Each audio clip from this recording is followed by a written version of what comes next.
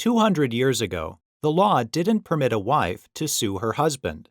When the victim of a motorcycle collision sues her husband, the Texas Supreme Court surveyed the law in Price versus Price. Duane Price was driving his motorcycle with Kimberly Parmenter on the back. The cycle and a truck collided, injuring Kimberly. Less than a year later, Kimberly and Duane got married. Then Kimberly sued Duane and the truck's driver for negligence. The driver settled. Duane filed a motion for summary judgment, arguing that the doctrine of interspousal immunity, which prohibited negligence suits between spouses, applied. The trial court granted Duane's motion.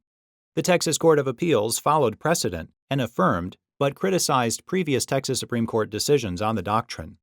The appeals court noted that the High Court never explained how applying the doctrine would promote marital harmony, a common justification for the doctrine.